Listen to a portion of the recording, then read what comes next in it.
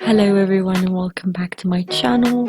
So this week's video is all about how I take my notes and how I make them pretty like aesthetically pleasing, but at the same time they are efficient when I want to study or when I want to revise. So yeah, stay tuned for that.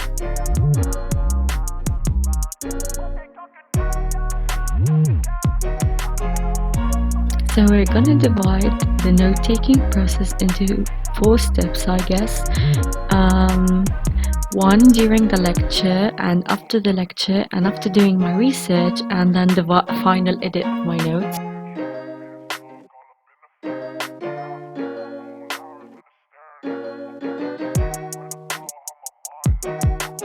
First of all, during the lecture. So first of all, I get my lectures on WebEx instead of Zoom, so it's harder to find the recordings actually. So most of my lessons are online and live. That's why, because the recordings are very hard to find. This is number one. So usually I take my lessons live, so I need to take my notes in the exact same time, and I can't stop the lecture.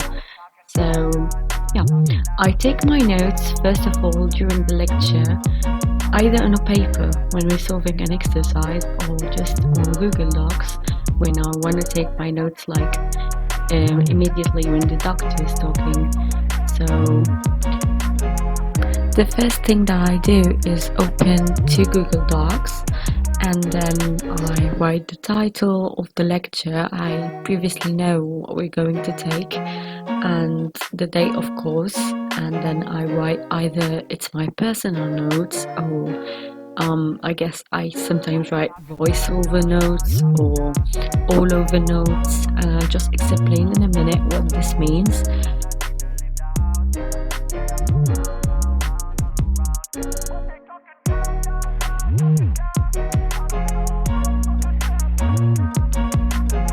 So obviously, as you saw, I wrote the title and the date and the subject, of course. And then on the left side of the Google Docs, not in the ad ones, it was wrong click, in the tools, you will find a voice typing comment. Click on that and it will record everything that your professor is saying. For example, everything that he says in the lecture will be written on the stock. So it's very helpful, especially if you're not a very fast typer such as me. Like, I can't actually, they say things in the middle of the things that they are saying, and then I get so confused and I can't write what he was saying, so I miss a lot of points. This is a very nice thing if I want to refer to something that the professor said and I really couldn't get it, so I refer to the Google Doc after the lecture is done, and I take what I wanted from it.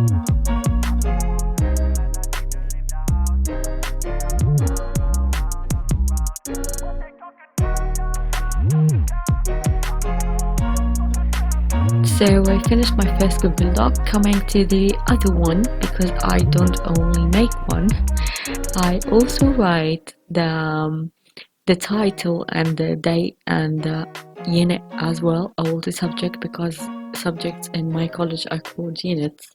So yeah. So I wrote down personal notes this time so I can differentiate between them. Yeah, so this is basically the notes that I take during the lecture.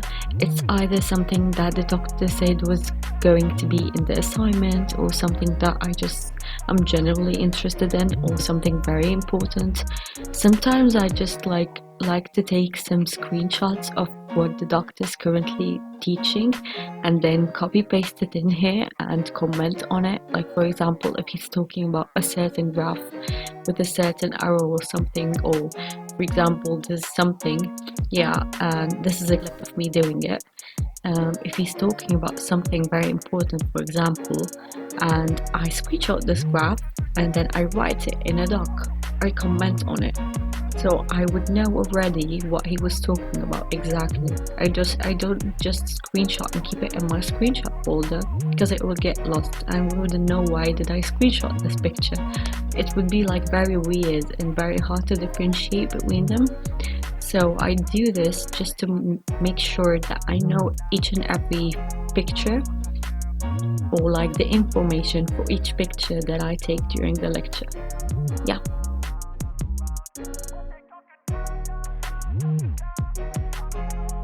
So I find it very hard to ask questions during online lectures, although I ask a lot of them, but just this is not the amount, like the usual amount I ask with. So I search for definitions or for any information that I want, and I think that I can research myself during the lecture online. So for example, here I was looking for the definition of magnetism. It's very obvious, but this is just an example. So I was looking for it, so I looked for it online, and then I looked for a PDF about magnetism, for example a book or something, just because my college doesn't provide books. I've said that before, I guess. Like I have to get it myself from the library, and there's no certain books, there's just like a syllabus that the teachers follow to teach. So I have to find certain topics in certain books to be able to find like a textbook to annotate or something. So during the lecture, this is what I do, so I can annotate it afterwards. And you might think that it's very weird that I'm looking for textbooks, like it's extra effort, but sometimes the PowerPoint is not enough. Like I really need to read something and like take more information, probably explained in another way, that's why.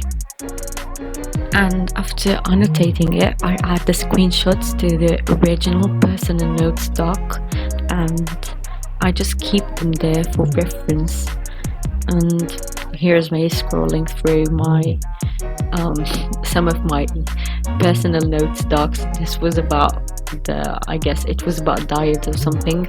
So yeah, here is me. I told you I usually comment on graphs. Here is a very large graph that was like, it was very confusing, and I knew if I screenshotted it I wouldn't be able to understand it afterwards when I was like revising. So this was one thing to do, and of course this is not the final copy of my notes. I don't keep them online. I copy paste them on paper sometimes. So you'll see that in the final edit.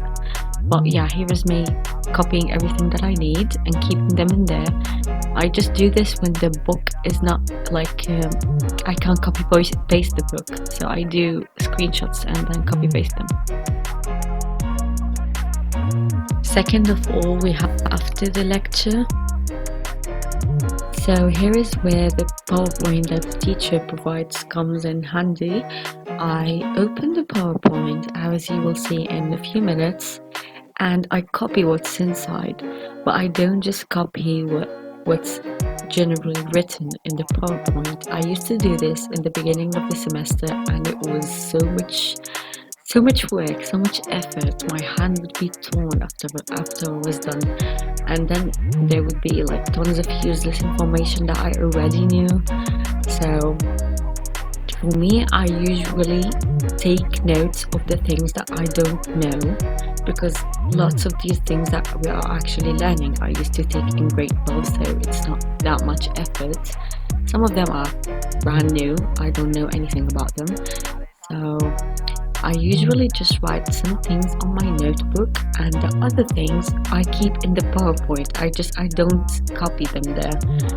Just like this one, I was reading it, and a lot of that was like those extra bullet points were not that interesting, so I just highlight them with a highlighter in the PowerPoint just to keep note of my things that I didn't put in my textbook or in my notebook, just so I can refer to them like when I need to. For example, if I need to and I didn't exactly take notes of it in my notebook, and I just remember that I kind of left it in a PowerPoint. It's not very easy to explain, I don't know, so I guess you get it right now.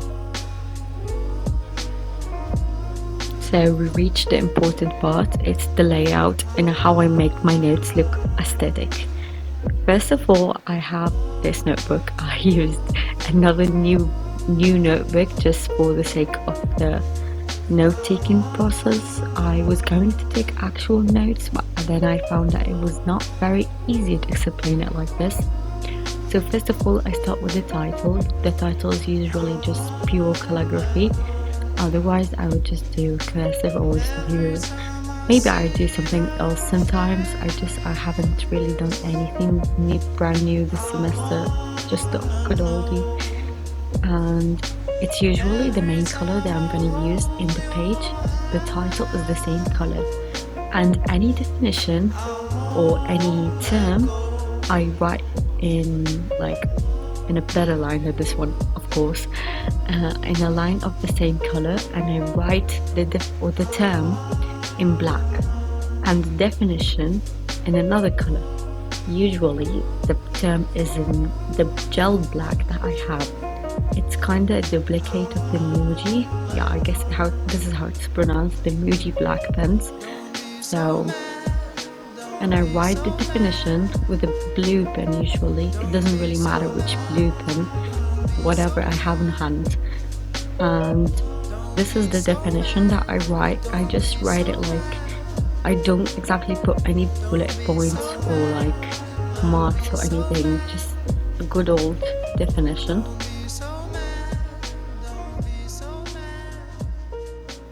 After that, any like words or paragraphs in slides just get intended after the text.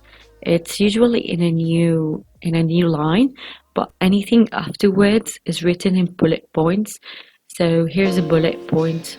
I forgot to write the first bullet point next to the paragraph 1, but I just write a summary of what's in that slide or in that topic, for example, if it's like a few slides. And yeah, anything after that paragraph or anything that like intends afterwards, intends in bullet points, if they're like 1, 2, 3, 4 points in the PowerPoint, so I intend them in blue just so that I could make them like, show more, since the doctor already intended them, then they are important. So I write them underwards, or I just write important notes in blue, just so that they would pop and I can see them. And usually I just use the color as well, the color they used for the title. I like to match my pens to the title, but this time not very matching. And any other graph that I can draw, I will draw. Like anything that is in the PowerPoint and it's not so hard to draw, I will draw. Otherwise, I would just keep them in a doc beside and then print them afterwards. And after I print it, I would stick it to the side. As if for my hand-drawn graphs, I usually just try to make them as aesthetic as possible. I would use like the colors, if it's possible, the colors that I already used in this page, and I would like just to add like a pop of other colors, but usually these are the colors that I like to use. Yeah, and I just write everything. This is a very random graph, and you'll see here on the side, usually in each PowerPoint there is one graph that I can't draw, so I keep it aside in the printable folders right now, because I don't know what's wrong with my printer. Very nice timing actually. So I go and print it outside, and yeah, I keep them in a separate folder, and I write the slide and the name of the PowerPoint and the number of the graph, so I can refer to it afterwards. Yeah.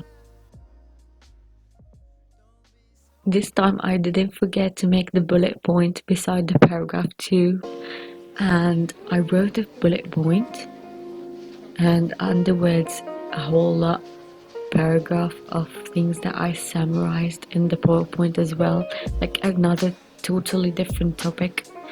And yeah, I just write it again, and I write important information underwards. I don't know what's wrong with my voice. And you'll notice that everything that I write, including the paragraphs, is usually in black, unless it's an important point or like other bullet points that I need to intend.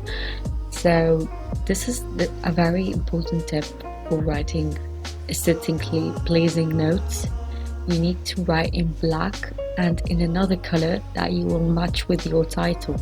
So it's like all black and one single color, also including the colors in your graphs.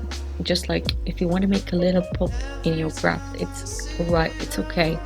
Otherwise, just try to keep it just like the color that you're using in the same page. And to be honest, I don't exactly like the type of notes that I'm taking right now, like the examples that I'm giving, because I don't know what was wrong with my hand, and my handwriting looks like horrible in here. Just look at it.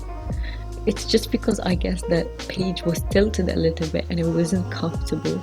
But usually when I write, I try to keep the letters on one line and all in the same size. And yeah.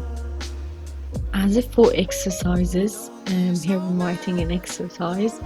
I just write the basic question in black. And as you say, I highlight the number of the question and I write like exercise 1 or exercise 2, and then I write the solution in blue and some important points in the solution in black. But usually I don't write the solution right away when I'm copying. I keep it for later.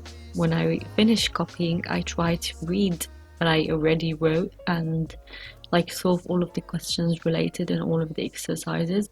And usually the professor gives us some like solution hints and some tips, so I write these in blue. And after I finish, I write the number of the page, and I'll just show you now why. Usually on the back side of my notebook I have a page called syllabus, or sometimes syllabus and references in one of my notebooks, and I have like everything organized, like from page 1 to page something. It is like one certain topic, and everything that's written, it's like coordinated in my syllabus.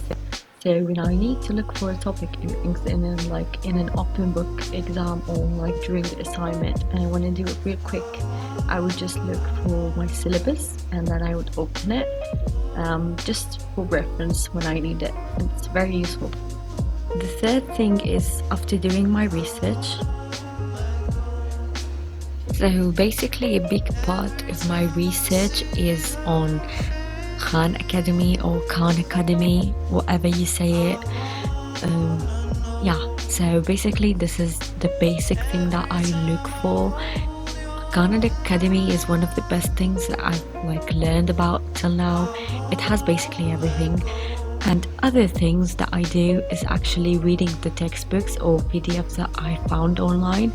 I annotate them, and as I said earlier, I copy paste the things that I can copy paste, and after copying paste the screenshot, I learned that I can actually copy paste the actual text. Like I was able to highlight it, so I copied that again, and then I go back to Khan Academy. I write down the subject, or I write in the search bar the subject that I was looking for. I was looking for magnetism this time. So I looked for magnetism and I look for videos about it. I don't exactly have it in my courses, but you can always search up something that you don't have in your courses. For people who don't know Khan Academy, you can put some certain courses when you first sign in, and it's completely free. Like it's amazing. It has everything in it. It has articles, it has videos, it has questions for you to practice on. Like completely free, very amazing. And then you can donate a certain amount of money for Khan Academy to help them improve themselves. So yeah, here is a question about magnetism. Don't laugh at me, I haven't studied that yet, like not completely. So I did exactly make 2 mistakes in this question, which is very embarrassing, but yeah. Okay, for this question, it was not a very good one. So I screenshotted that, and you'll see I will comment on it afterwards so I could keep it for reference. For example, like before my assignment or something. So this is the type of research that I do just on Khan Academy. Basically, if I don't exactly understand a lot of things that the doctor said, or generally that lecture was very hard, I would watch a video or two on Khan Academy until I get what the doctor was talking about, or I get the points that I want to learn.